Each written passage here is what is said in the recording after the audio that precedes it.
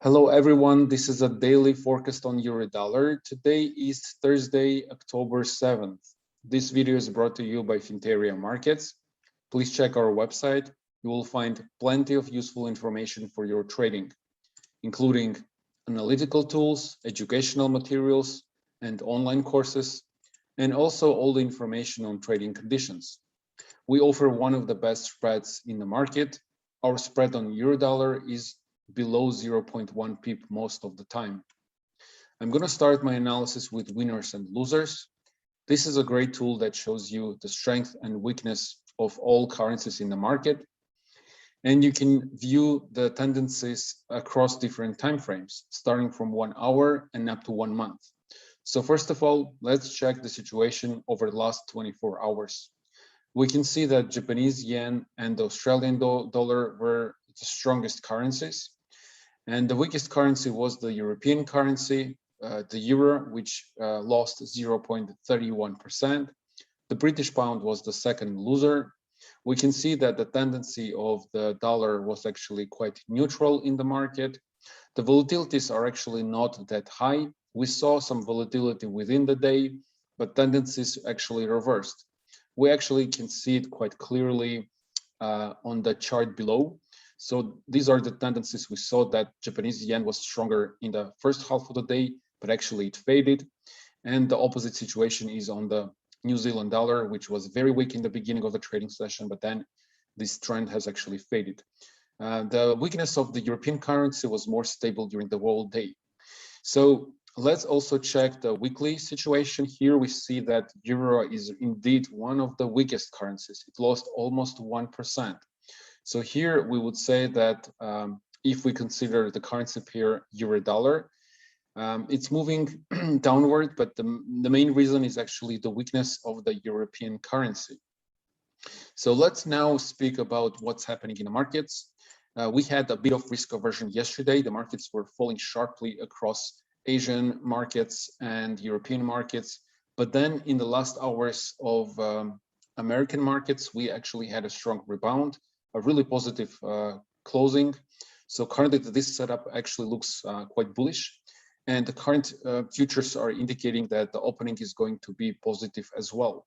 So far it looks like risk aversion is over, and we are likely to have some stronger rebound in the market. And also if we consider cycles, usually October, the beginning of October is one of the weakest periods.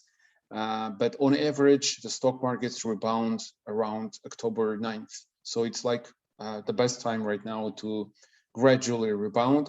There are still a lot of fears and concerns in the market. So a lot of negative information has been priced in. And in my opinion, probably if we're going to have a strong job release on Friday, probably this will reassure the markets that everything is fine, that the economy is moving in the right direction. So there's a potential stronger bullish movement ahead of us, in my opinion. So far, the Asian markets look quite good. If we check the Korean index, rebounded. Hong Kong over 2%, looks really great. Nikkei is growing almost 1%, although we see that the dynamic is actually very mixed here. So keep an eye on the European markets and then how the markets will perform in the US. So speaking about the economic calendar, we had a small sneak peek yesterday.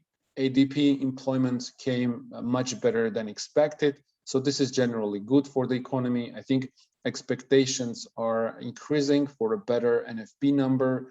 Today, we will also have initial jobless claims. There is nothing actually important in the agenda. It's full of events, but those events are not really that interesting. Of course, some attention will be paid to industrial production in Germany. But overall, I would say that those events are not market moving events. So finally, let's switch to the charts. Here's the daily chart. We see we're in the middle of this zone. So the blue line, it's the support line, which became the resistance line of the daily triangle.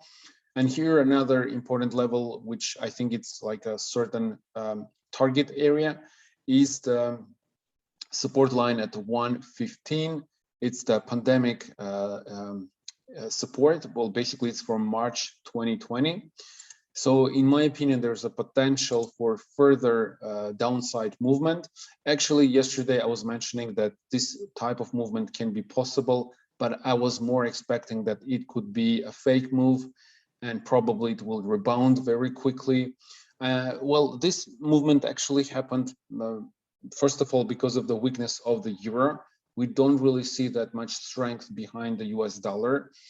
So here we saw this movement, and it actually, for me, it was slightly surprising because 2 days ago we had really strong numbers for the ISM services, and we didn't rally on that day. Here's the price movement. It actually moved slightly higher, and probably the market found some levels where more sellers joined, and that's why we actually slowly and gradually fell.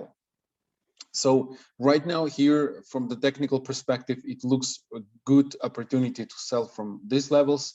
We kind of returned back to the support area, which is now acting as a resistance line. So here I would say there's a good opportunity to sell from the current spots, place a short stop loss, and potential zone would be around 115.10, 115.20. I don't think that we're gonna hit exactly 115.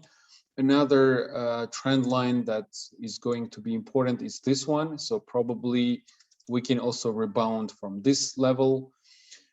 So in my opinion, one of the possible scenarios of movements, let me draw this on the chart, can look something like this. We can, let me draw one sec. Okay, so yeah, it will look like this, potentially one of the movements, and we may actually rebound. In case if we will have a strong NFP number, I don't exclude that we may actually test this level. It's hard to say if we're going to break it, if the report is going to be very strong. For example, if we get a print about 1 million jobs, we can actually break 115. This is fully possible. So this is one of the scenarios. Another scenario, I think also possible that we this movement can be actually fake. Many traders are selling from those levels. So we can actually try to collect stop loss orders slightly higher. So it can move slightly higher and then it can actually fall again. So all the scenarios that I consider are downside scenarios. I am still dollar bullish in this currency pair, and I think that given the weakness of the euro, we can actually move lower. So this is another scenario, or from those levels also I see that the opportunity it can move lower. So I recommend you to consider short positions only. So that's it for today. I hope you enjoyed this video. Please leave your comments and likes and support our channel. Thank you very much for watching and have a nice day.